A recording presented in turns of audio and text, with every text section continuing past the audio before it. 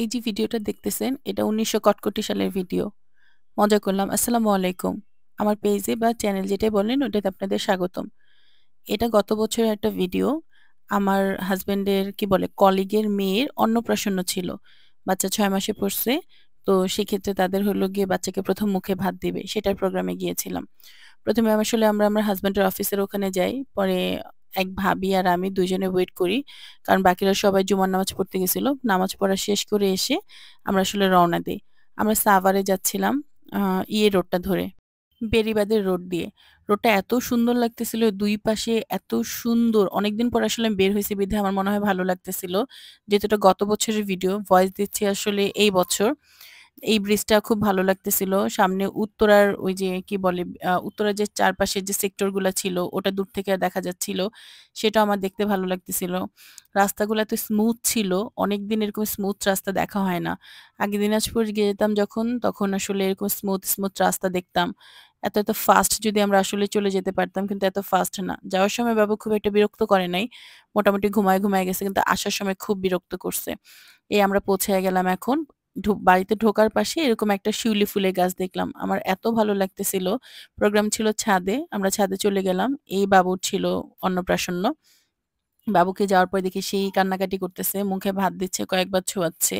আমার দেখে ভয় লাগতেছিল যে খুবই কান্নাকাটি করতেছিল। এটা আসলে প্রোগ্রাম শেষ হয়ে যাওয়ার পর আমি ক্লিপটা নিছি। কারণ আমরা অনেক দেরিতে পৌঁছাইছি।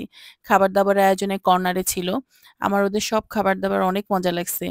বেগুনি ছিল একটা, ওটা শেষ হয়ে গেছিল। ওটা ছাড়া মোটামুটি সব খাবারই ছিল। এই যে ডেকোরেশন ছিল, খুব সুন্দর করে সাজাইছে। এবং আমি বাবুকে নিয়ে দাঁড়ায় খাচ্ছিলাম। পরে যেই বাচ্চা অন্নপ্রাশন্ন ছিল, সেই বাবুর কি বলে দাদি এসে আমার বাবুকে নিয়ে গেছে। এটা একটা আ ছিল, কি বলে সয়াবিন ছিল। সয়াবিনটা খাইতে মজা লাগতেছিল। ওটা ঢোকলা না ঢোকা কি যেন একটা ছিল। ভাবছিলাম YouTube এ এসে দেখব যে এটা কি রেসিপি আসলে। আর দেখা হয় না। এই ভিডিও এডিট করতে গিয়ে আসলে মনে পড়ল। ওই যে বড়টা ছিল ওটা খুবই অস্থির ছিল। নিরামিষের আয়োজন ছিল। আমি জানতাম না যে অন্নপ্রাশনে নিরামিষ হয়। এই আচারটা এত মজা ছিল, মানে আমি এত মজার আচার আসলে কখনোই খাই নাই আমড়ার। তো পায়েসটা অস্থির ছিল। আমি চক্ষু লজ্জা ভেঙে আরেকবার চাইছি। এটা খাওয়ার পরে আমার জামাই বলে যে, "দেখো, খাওয়ার টাইম পাচ্ছে না আবার সে ভিডিও করতেছে।" পরে আমি আরেকটু ওনাদের ছাদের একটা পাশ ছিল, ওই পাশে দাঁড়ায় দেখতেছিলাম। কর্নারে অনেক আগে আমার শ্বশুরের একটা জায়গা ছিল। উনি ওটা সেল করে দিছে। আমার হাসব্যান্ড এখানে দাঁড়ায় দেন আমাকে দেখাচ্ছিল। এই বিল্ডিং এর পরে ২-১ টা বিল্ডিং এর ওইখানে আমার শ্বশুরের একটা জায়গা ছিল। তো এটা দেখতেছিলাম। এই গাছটা অদ্ভুত ছিল। একই গাছে ডালিম ধরছে একটা টবের মধ্যে। নয়নতারা গাছ আছে। আবার হলো গিয়ে একই পাশে তুলসী গাছও আছে ওই পাশ থেকে। তারপর আবার অপরাজিতাও আছে। অনেকগুলো গাছ একটা ইয়ের মধ্যে হইছে। খুবই ভালো, মানে আমি দাঁড়ায় আমরা সবাই দেখতেছিলাম আর এটা নিয়ে খুব আলোচনা করতেছিলাম। এই তুলসীটা নাকি অনেক ভালো। আমার আসলে জানা নাই। কি যেন নাম বলল। আমার বারান্দাতেও একটা তুলসী গাছ আছে। তুলসী গাছ থাকা আসলে একটা আশীর্বাদ। কারণ ঠান্ডা কাশি আসলে এখন যে সিজন। তো আমরা সবাই আবার যাওয়ার জন্য অপেক্ষা করতেছিলাম। ছেলেরা নামাজ পড়তে চলে গেছিল দেখে আমরা এখানে পার্কিং লটে। আমি দূরে দাঁড়ায় ওই সূর্য দেখতেছিলাম, এই যে ভিডিও ক্লিপ। আর ওখান থেকে নিচ থেকে একদম ওনাদের বাসাটা দেখা যায় যেখানে প্রোগ্রাম ছিল। সেটার আমি একটা ক্লিক নিছি যে কোথায় আমরা আসলে করছি, মানে দাওয়াতে গেছিলাম। এই যে ওইখানে প্যান্ডেল টাঙাইছে। এই নারকেল গাছটা থেকে দেখতে ভালোই লাগতেছিল।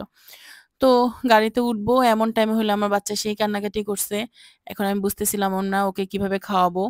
তো গাড়ির যে ড্রাইভার ছিল উনি বলল যে, "আমি কি একটু থামাবো কিনা?" বললাম যে, "না, আপনি একটু স্লো চালান, আমি চেষ্টা করি এভাবে খাওয়ানো যায় কিনা।" পরে ওভাবে খাওয়াইলাম। এই যে দূরে দিয়াবাড়ির ইয়েগুলো দেখা যাচ্ছিল, বিল্ডিং গুলো দেখা যাচ্ছিল, ওটা ভালো লাগতেছিল দেখতে। এই সূর্যাস্তটা এত ভালো লাগতেছিল, একদম শেষ বিকেলটা ছিল এবং আমার বাবু যদি সাথে না থাকতো আমার হাসব্যান্ডকে বলতাম যে, "চলেন আমরা একটু নামি, নেমে একটু বসি কতক্ষণ, ভালো লাগবে।" কিন্তু আসলে ছোট বাবু নিয়ে জার্নি করাটা খুবই টাফ। কোনো উপায় নাই।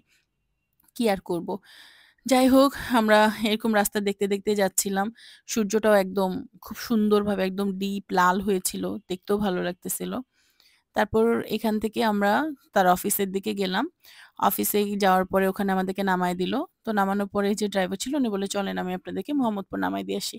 তো আবার উনার গাড়িতে করে আমরা মোহাম্মদপুর আসলাম। চিরাচরিত রাস্তা, আমাদের প্রচুর জ্যাম স্বাভাবিকভাবে। এই রোড ধরে বরাবরের মতো আমরা বাসায় চলে আসলাম। এই তো আজকের মতো এই পর্যন্তই। আল্লাহ হাফেজ।